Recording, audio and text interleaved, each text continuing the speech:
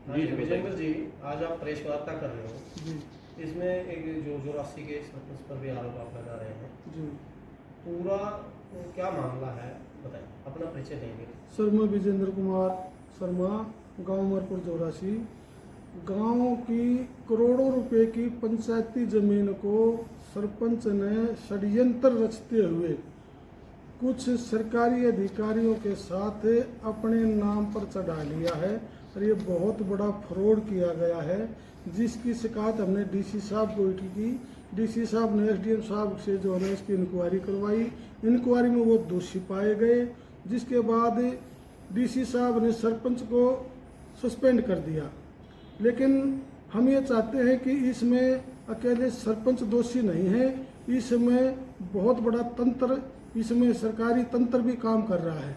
उन सबको जो ना इसमें सस्पेंड किया जाए और ये अपील सरपंच साहब ने आगे कमिश्नर को कर दी है और वहाँ पर भी हमारी तो सुनवाई कहीं पर हो नहीं रही।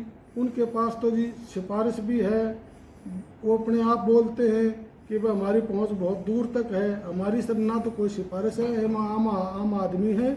और हम ये रिक्वेस्ट करते हैं कि ये जो सरकारी ज़मीन है, जो करोड़ों रुपए की गांव की गमन की गई सरपंच के द्वारा, उस सरपंच के कब्जे से इसको छुटवाया जाए, सरपंच को और कमेटी को सस्पेंड किया जाए, उनके खिलाफ कानूनी कार्रवाई की जाए। कमेटी में कौन कौन है? कमेटी में सर सरपंच है और गांव के नंबरदार हैं, सेक्रेटरी है, पटवारी है, गिरदावर है, ये कमेटी के सदस्य हैं। लेकिन इन्होंने आगे बीडीपीओ मैडम को, रेणुलता यादव जी को ये जब रिपोर्ट सौंपी तो उन्होंने उसको बिना जांच के ऑनलाइन चढ़ा दिया, क्योंकि 3 नंबर एट्रीब्यूट में ये जीपी लैंड है और 4 में किसी व्यक्तिगत आदमियों के नाम ये चढ़ा दी गई। तो बीडीपीओ मैडम रेणुलता यादव का ये फर्ज बनता है कि 3 नंबर लिस्ट को और 4 नंबर लिस्ट को आपस में दोनों को देख लिया जाए। उन्होंने कुछ नहीं देखा, सिर्फ आंख मीच करके उसको चढ़ा दिया, वो भी उसमें पूरी तरह से संलिप्त है।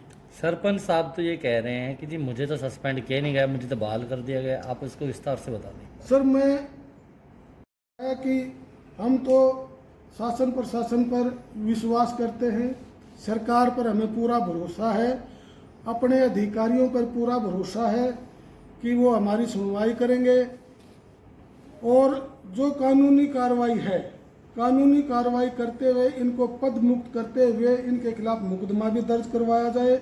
अगर ये नहीं होता है तो फिर क्या कर सकती है पब्लिक? पब्लिक अपना काम करेगी सर।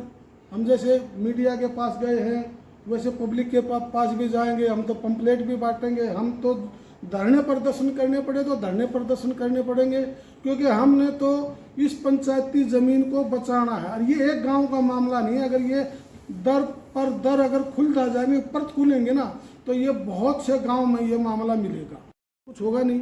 ये तो डीसी साहब का ऑर्डर है, आपको ऑर्डर कॉपी दे दी जाएगी। कमिश्नर साहब के आदेश की बात कर रहा हूँ। सर कमिश्नर साहब ने कहा कि सिर्फ यथास्थिति बनाए रखी जाए, 10 तारीख को सुनवाई है, तब तक उसकी यथास्थिति बनाई रखी जाए।